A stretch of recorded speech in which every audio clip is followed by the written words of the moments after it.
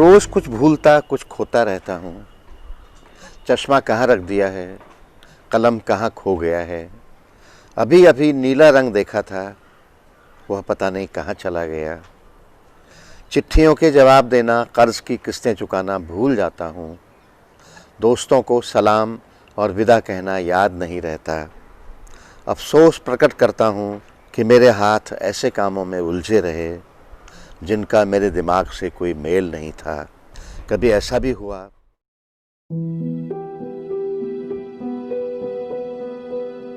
मैंने शहर को देखा और मुस्कुराया। वहां कोई कैसे रह सकता है, यह जानने मैं गया और वापस न आया। पहाड़ पर चढ़ते हुए तुम्हारी सांस फूलती है, आवाज भर्राने लगती है, तुम्हारा कद भी घिसने लगता है। पहाड़ तब भी है जब तुम नहीं हो।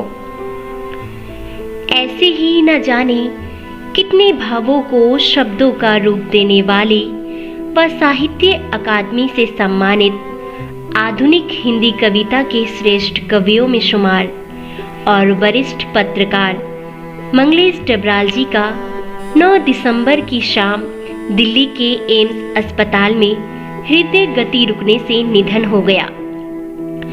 आपको बताते चले कि कई दिनों से वह कोविड-19 से संक्रमित थे, जिस कारण उन्हें दिल्ली के एम्स अस्पताल में भर्ती कराया गया था। लेकिन ईश्वर को शायद कुछ और ही मंजूर था। पहाड़ पर लालटेन की साहित्यिक रोशनी बिखेरकर आखिरकार मंगलेश डबराल जी इस दुनिया को अलविदा कह गए। उन्होंने उत्तराखंड और पहाड़ को साहित्य के क्षेत्र में अंतर्राष्ट्रीय पहचान भी दिलाई।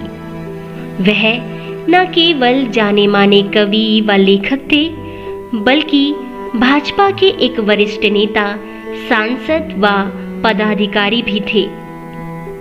यदि एक नजर उनके जीवन परिचय की ओर डाले तो डबराल जी का जन्म 1948 में उत्तराखंड के टिहरी गढ़वाल में काफलपानी गांव में हुआ था।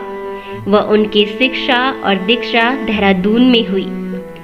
इसके उपरांत दिल्ली आकर हदी पेट्रियट, प्रतिपक्ष और आसपास में काम करने के बाद भोपाल में भारत भवन से प्रकाशित होने वाले पूर्व ग्रह में सहायक संपादक हुए। इलाहाबाद और लखनऊ से प्रकाशित अमृत प्रभात में भी कुछ वक्त उन्होंने नौकरी की तथा सन 1983 में जनसत्ता अखबार में साहित्य संपादक का पद संभाला। कुछ समय सहारा समय में संपादन कार्य करने के बाद वर्तमान में वह नेशनल बुक ट्रस्ट से जुड़े हुए थे। मंगलेश डबराल जी के 4 लोकप्रिय कविता संग्रह प्रकाशित हुए, जिनमें पहाड़ पर लालटेन, घर का रास्ता, हम जो देखते हैं और आवाज भी एक जगह है शामिल थे। उन्होंने गढ़वाली मुहावरों और लोकरीतियों का एक कोश भी तैयार किया था। जीवन भर वामपंथ दर्शन को ओढ़ने, बिछाने और जीने वाले एक खाटी साहित्यकार का इस तरह से चले जाना हिंदी साहित्य को बहुत बड़ी क्षति है। भारत का लोकतंत्र परिवार इस दिवंगत आत्मा की शांति व परिवार को धैर्य प्रदान करने की ईश्वर से प्रार्थना करता है।